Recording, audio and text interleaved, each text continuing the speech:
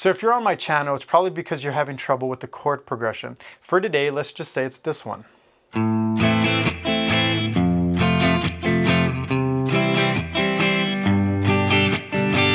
What this video will do is help you with this chord progression or any chord progression you're trying to learn by building it from the bass layer all the way up to the full strumming pattern or whatever you're trying to learn.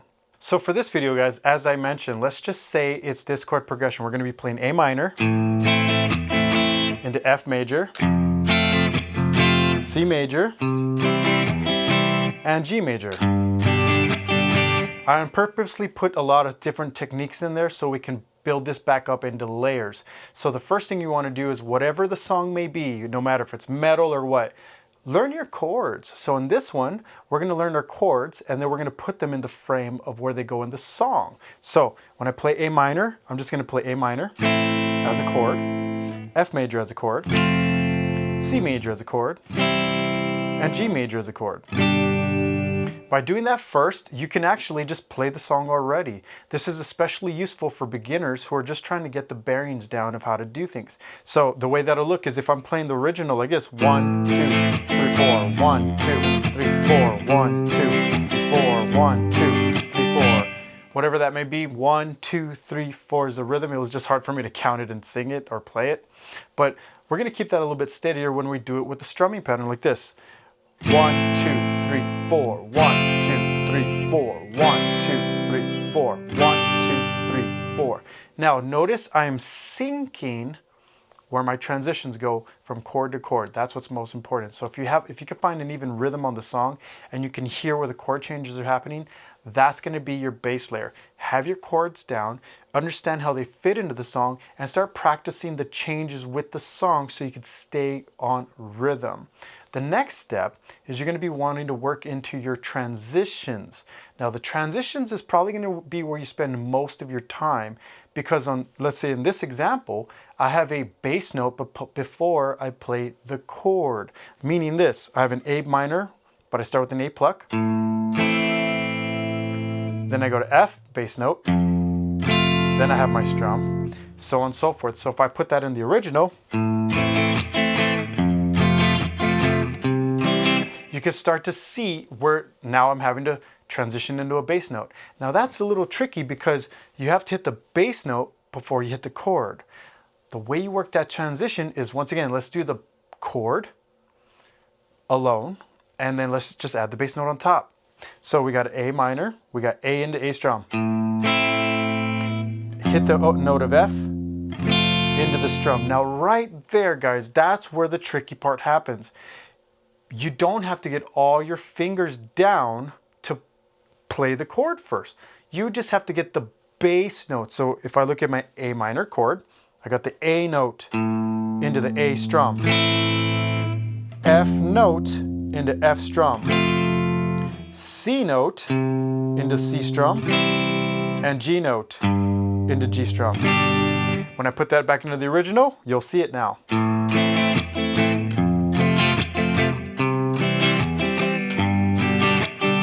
And as you see it, you'll see my hand is moving into the chord after I hit the bass note. That's huge, guys, because that is the transition that's buying you time to get to the next chord. Otherwise, you're just like going super fast like this, trying to get your fingers into place.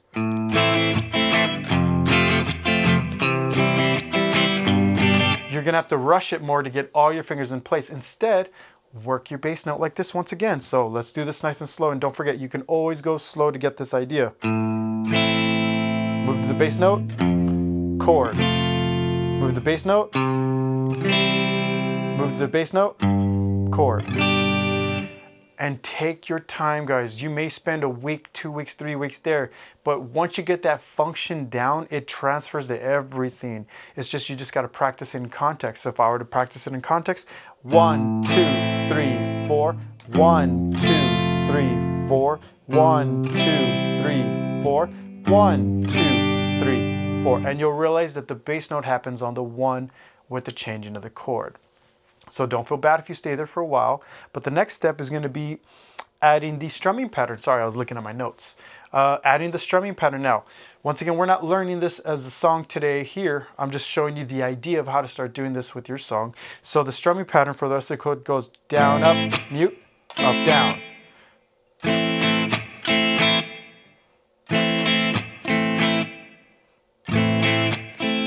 Now, that's fine and dandy on its own, but putting it into context is what makes it a little funky. So you're going to just take one chord and just practice it through and stop, like this. A minor. Again. That's the first step to working into the strum pattern after.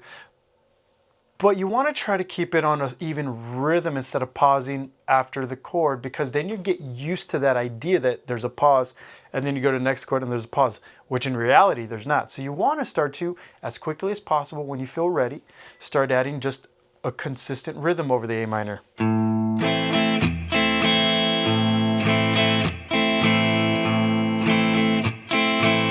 Now, obviously, that's not going to help you with the next chord over. It's just to get you the idea of what the feel is for the strumming pattern of the whole idea of the song or the chord progression. So now, because we already have our transfer note, that's going to be a little easier. Now we just need to work into the strum. So we got A minor, F, into the chord strum right there. You're going to practice just those two chords for a while. You don't have to practice all four, because by practicing all four, you're just making the load harder on yourself, because now you're having to worry about four chords instead of two. So instead, just practice those two, and the momentum will carry over to the next two chords as you get better. Again. That's pretty good. Now you can always practice the second chord into the third, which is F into C.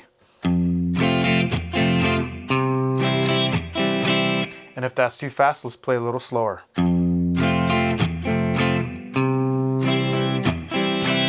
Once you got those two, add the last two chords, C into G.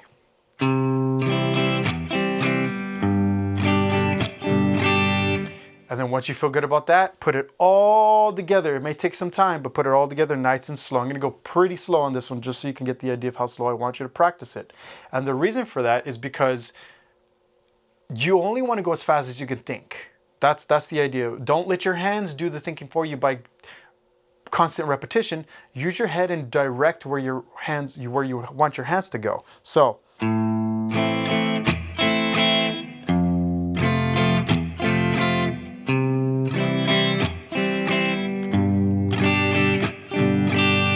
now the last thing is you always want to practice into your first note again if the pattern repeats. So I'll be coming, let's say I played the whole thing. Now on my last chord, open A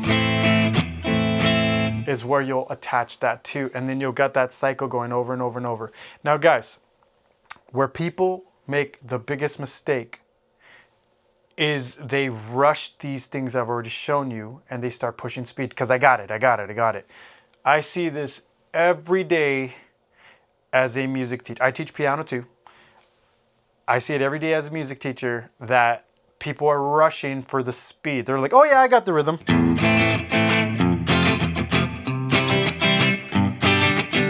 But it sounds kind of like that or worse. That's what you don't want. You want this, because you put this foundation nice and even, you start rushing and it all falls apart. Like I said, I've seen this so much, it's frustrating. Keep it slow until you don't have to think of this anymore where everything's happening at once. That may take a while, guys. It may take weeks. That's fine. I practice things slow consistently until I know I could play them where I don't have to think about them anymore. Now people think, well, I could play fast and I'll get it eventually. Sure, you will. But you're not really learning properly, and you're doing it long. You're practicing something longer than you need to because you're just banging your head against it until it makes sense to your hands. It doesn't make sense to you here though. That's the difference. So keep it nice and slow. And once you do this over and over and over and over, and you're like, hey, I don't have to think about these movements and it's starting to sound very good, push your speed by maybe 5, 10, 15%. So what I'm going to do is I'm going to do a steam engine kind of deal. Let's see if I can do this right. For the ending, start slow, and every time I get to a new chord or a new beginning of the one, I'm going to make it a little faster, a little faster, a little faster. So here we go.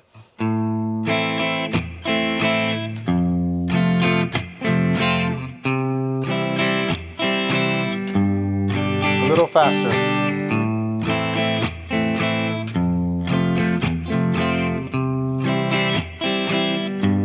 A little faster.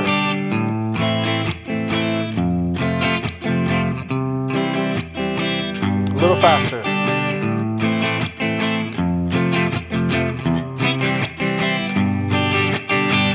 Notice I made a little mistake on there, my bad. But that's the idea, and then that'll bring you up to speed. Now that is a technique. You could go from slow to fast, but it would probably be best to start slow, take a break, go a little faster, try to keep it even, take a break, a little faster. And of course you can use a metronome if you're already familiar with how to use that. I'll be making more videos on metronomes and how to get better with them with practice. But that is the idea, guys, of how to build into your chord progressions. You start with the bass layer, your strums. You add your transfer notes. You practice just the small parts. You don't have to practice the whole chord progression. Just work your transfer notes into each other. Then you add the strumming pattern. Then you add the speed. So do not push fast if you're not ready to, guys. Take your time.